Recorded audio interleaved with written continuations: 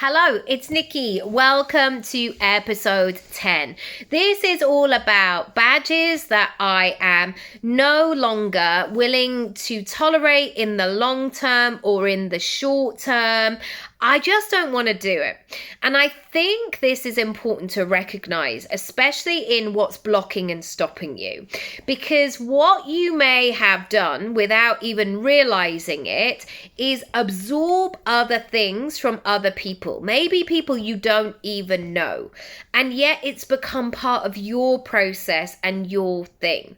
And I think we need to be very clear here exactly where we're sitting, because let's face it, most of us have enough of our own stuff going on that we don't want to borrow other stuff from other people.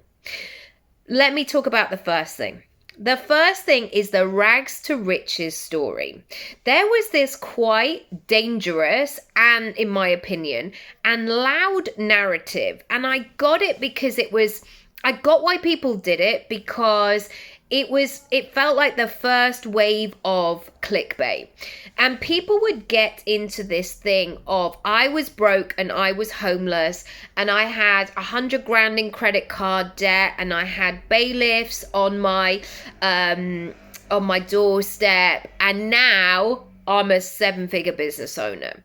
And that was the story that I was being told, or we were being told.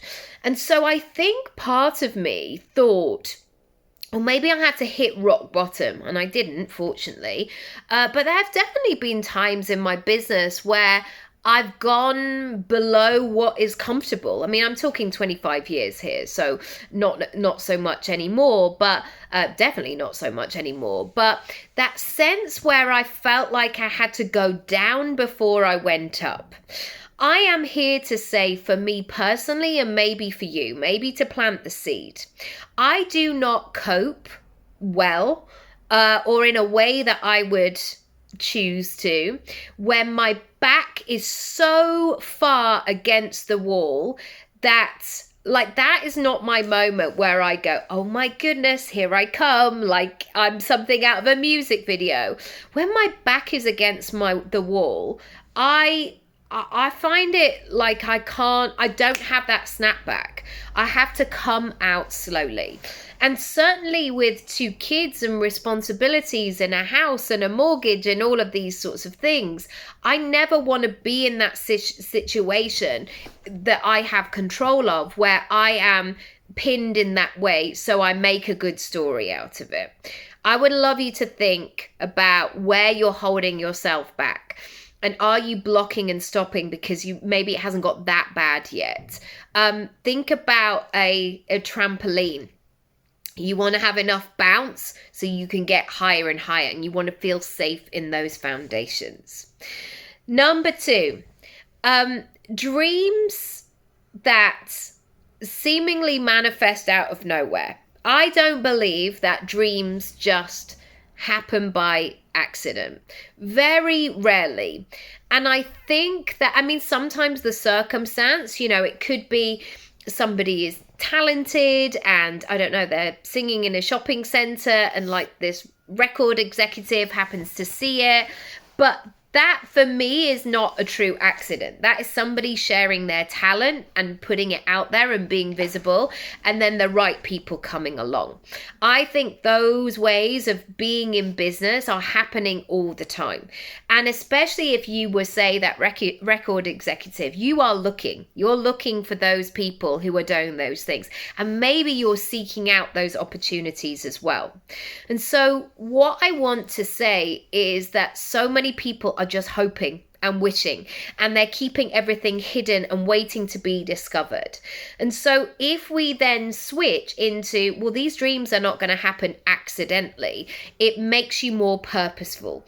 It makes you move into momentum in that way of thinking, okay, if I want to shorten that gap from where I am right now to where I want to get to, I've got to put myself out there in some shape or form.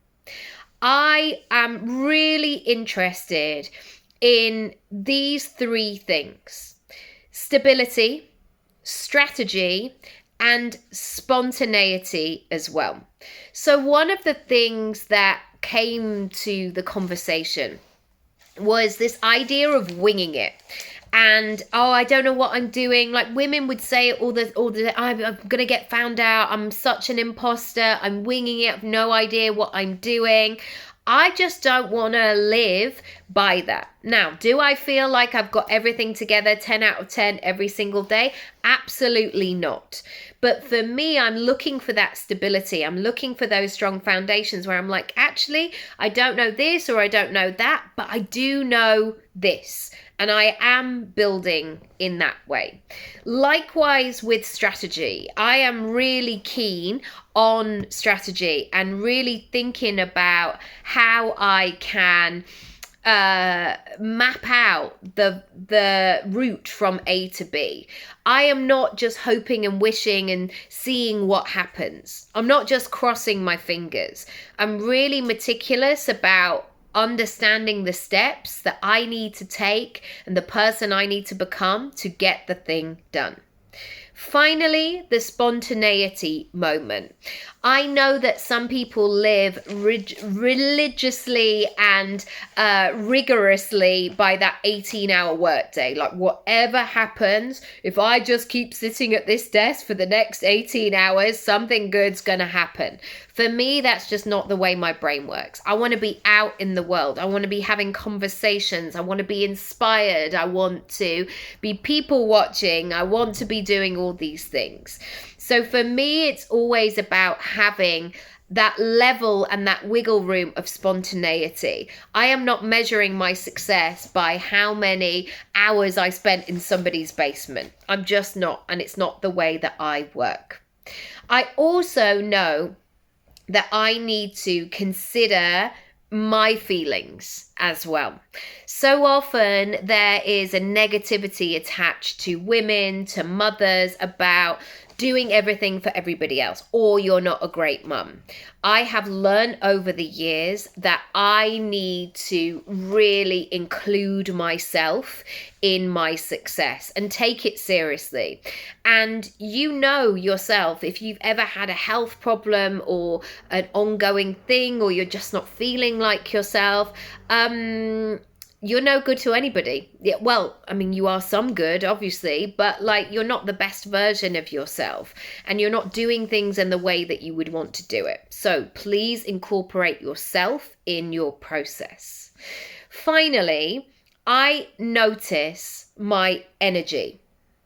And for me, cultivating and understanding my energy, my vibrancy. And that's not me being 10 out of 10, the most enthusiastic Tigger bouncing about the whole time. Sometimes my energy is very focused and introspective. Sometimes it's very creative. Sometimes it's very proactive, like I'm getting stuff done and working through the to-do list.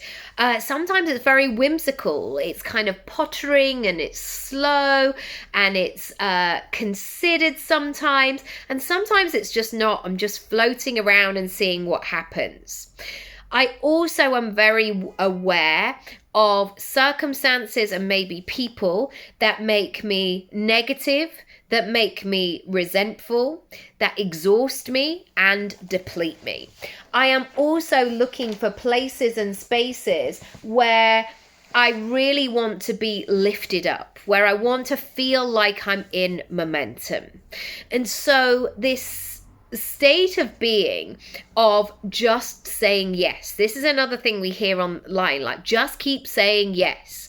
No, before you say yes, be discerning. Does this work for you? Does this feel good to you? Does this feel in alignment with you? And if it doesn't, make a different choice. I would love to hear from you where you're up to in this process. Have you watched the workshop? If you haven't, I will link it down below. If you haven't subscribed to the Secret Series, again, please do so and you'll be updated.